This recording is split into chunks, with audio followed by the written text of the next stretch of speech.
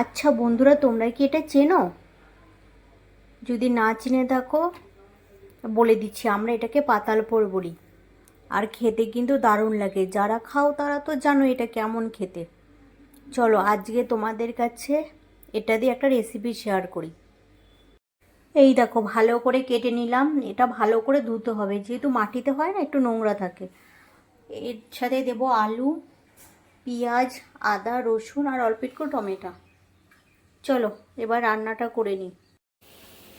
এই দেখো, কড়াইতে জল গরম হয়ে গেছে। এবার দিয়ে দেবো পাতালপুর।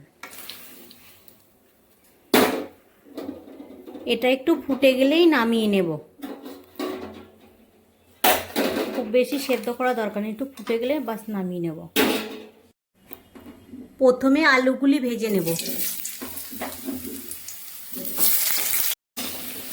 এই দেখো, আলু লাল করে ভাজা হয়ে গেছে। এবার আলু তুলে নেব।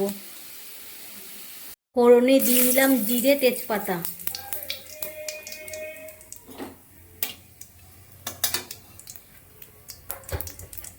দিয়ে দিলাম পেঁয়াজ কুচি।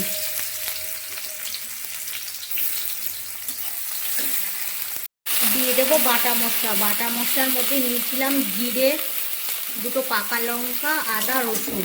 এবার দিয়ে দেবো স্বাদ মতো লবণ, পরিমাণ মতো হলুদ, আর দিয়ে দেবো লঙ্কার গুঁড়ো। এবার মশলাটা ভালো করে একটু কষিয়ে নেব। মশলা কষানো হয়ে গেছে, এবার দিয়ে দেবো পাতালপুর। এবার ভালো করে মশলার সাথে মিশিয়ে নেব। দিয়ে দেব ভেজে রাখা আলু।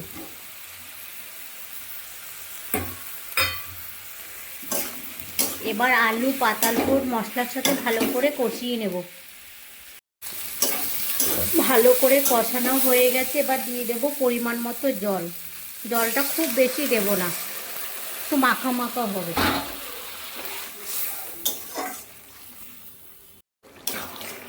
এই দেখো, রান্নাটা আমার হয়ে গেছে। এবার গরম মশলা দিয়ে নামিয়ে দেব। গরম মশলাটা বেটে নিয়েছিলাম।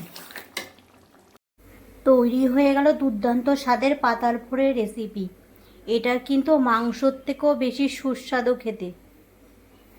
তো ভিডিওটা তোমাদের কেমন লাগলো কমেন্ট করে জানাতে ভুলো না।